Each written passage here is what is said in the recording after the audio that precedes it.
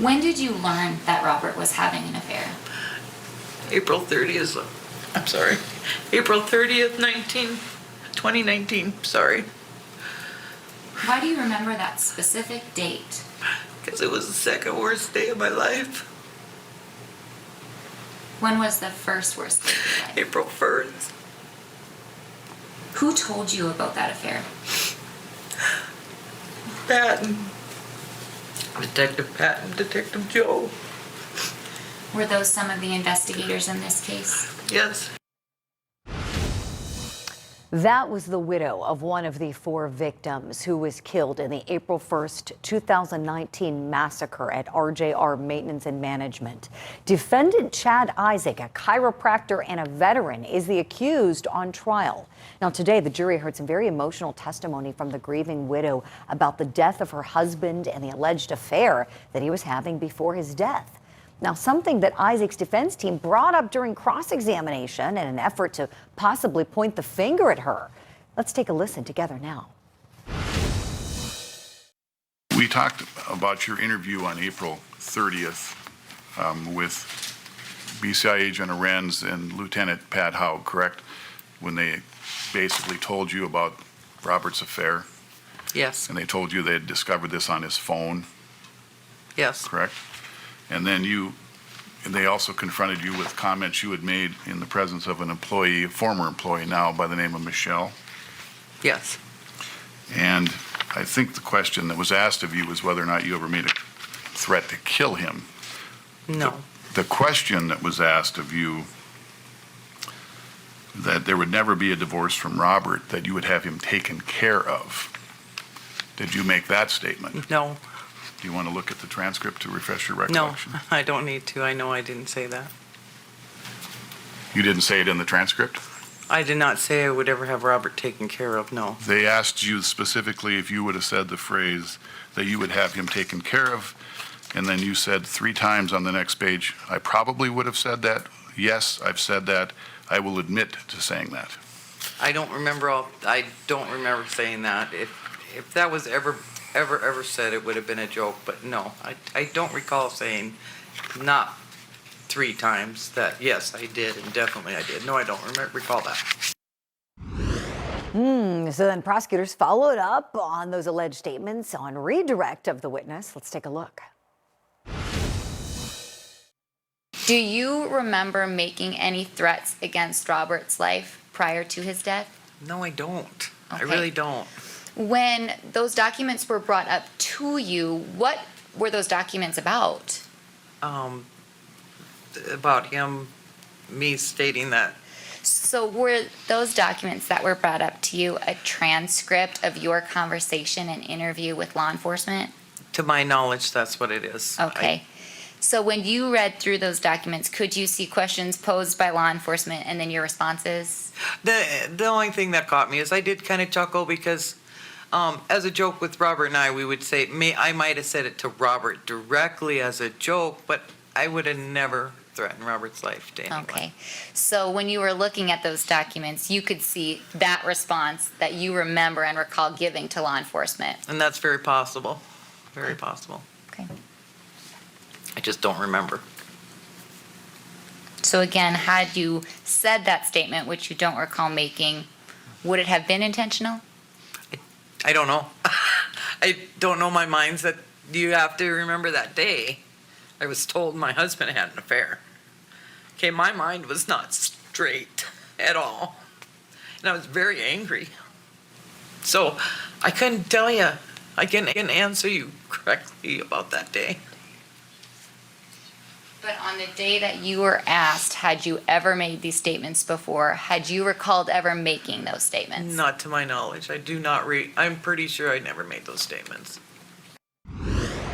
I want to bring in now live Court TV legal correspondent Chanley Painter. She's joining us tonight from Mandan, North Dakota with the latest on what's happened today in the case. Chanley, good evening. Hey, good evening, Julie. Yes, the testimony of the widow of Robert Faulkner was the biggest moment inside this courtroom today. Her emotion, the prosecution using her for many purposes, really to bring all four of the victims to life inside the courtroom for the jury, but also to talk more about the RJR maintenance and management business and how the day of the murders changed the business forever.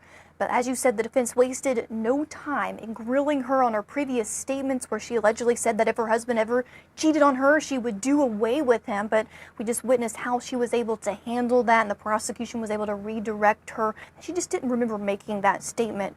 After her emotional testimony, the jury also heard from several investigators and crime scene experts reconstructing the crime scene virtually and through video for these jurors. It was really showing the carnage of the murders that day, and the jurors had to watch multiple graphic videos. It was eerily quiet inside the courtroom during much of the crime scene video, but the family members in the gallery were clearly upset during this time, and the emotions, Julie, poured outside of the courtroom into the hallway during a break. One woman was crying so uncontrollably she started to hyperventilate. It's just very heavy and emotional inside this courtroom.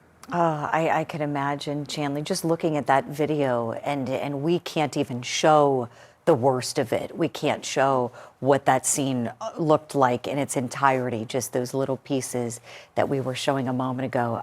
Just a dreadful, painful crime scene, and that just rocked this small town. As far as how the case is progressing, could you talk to us about where we are in the state's case, how things are looking for tomorrow, and if we may see anything presented by the defense?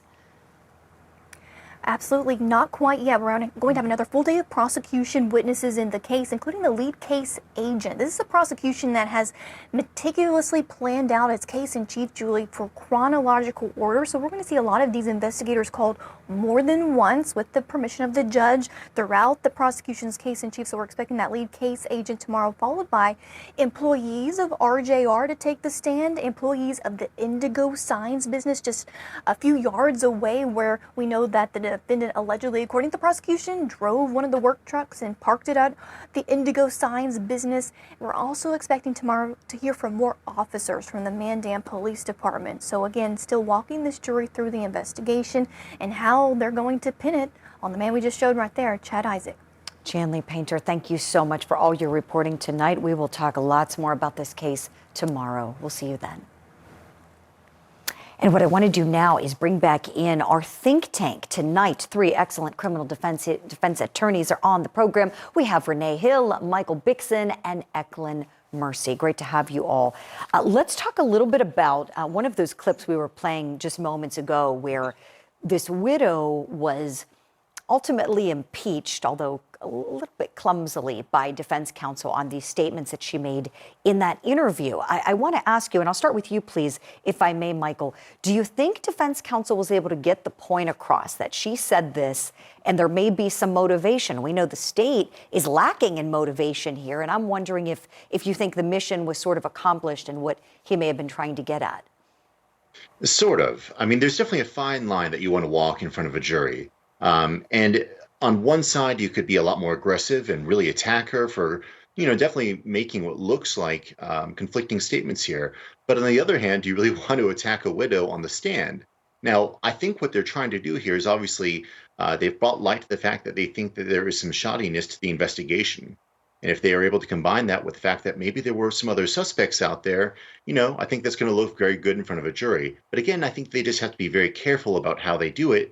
And that includes attacking a widow of one of the deceased. And so you just have to be very, very careful. But yeah, I do think there was some room where they could have maybe a little bit more assertive or aggressive in the way that they were questioning her. Sure. I appreciate that, Michael. I agree. Renee, let me go to you next on this one, please. With the way we know these facts have been laid out by the state, we saw it was almost like they laid out a pretty succinct open, focusing a lot on the what happened, but really not on the why and who else. And it seemed like, yesterday we saw defense counsel, really just impressed a lot of people with a very meticulous opening statement and talking about how this investigation didn't go through so many people who may have had motivation to commit this crime, and that his client is lacking any motivation or any real connection. Talk to me, please, Renee, about how you would fashion a case if you're on the defense side. I know there's no obligation whatsoever to put on any defense, and I always like to say that, you know, and because that is very true. But if you do have a case like this one, I would think you might have a really good shot, you know, and especially with a client who has no criminal history and has spent his career, literally devoting his career to helping other people. Absolutely. And those are the things that you have to highlight to this jury. The fact that he does not have a record, the fact that he has been helping individuals in his community for such a long time. And you also have to show that although the prosecution doesn't have to prove motive here, they still have to make it make sense. And in this case, it doesn't make sense. Now, granted, there's a lot of circumstantial evidence that is not good for the defense in this case, in terms of the evidence that's been recovered from the defendant's home and from his vehicle. But putting that aside for a moment, everything else doesn't make sense. And the prosecution is going to have to prove the identity of the perpetrator beyond a reasonable doubt, just like they have to prove each and every element in this case. And so for the defense side, you want to highlight everything that is positive for the defendant about his background, and you want to highlight everything that's missing in this case for the prosecution. And that's the best way that you can go about it. Right, absolutely.